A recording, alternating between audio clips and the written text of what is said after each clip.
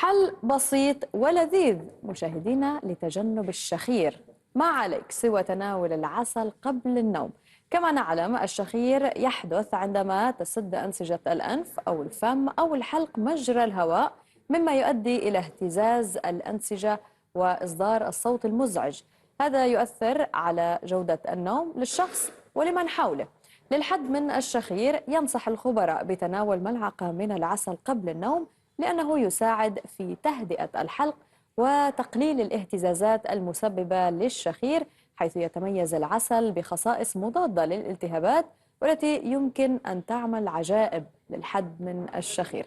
ويمكن إضافة العسل إلى مشروب دافئ مثل شاي البابونج أو الزنجبيل.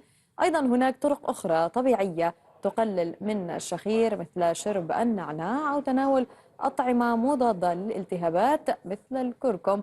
ومن المهم الحفاظ على روتين نوم ثابت وتجنب الأطعمة الثقيلة قبل النوم.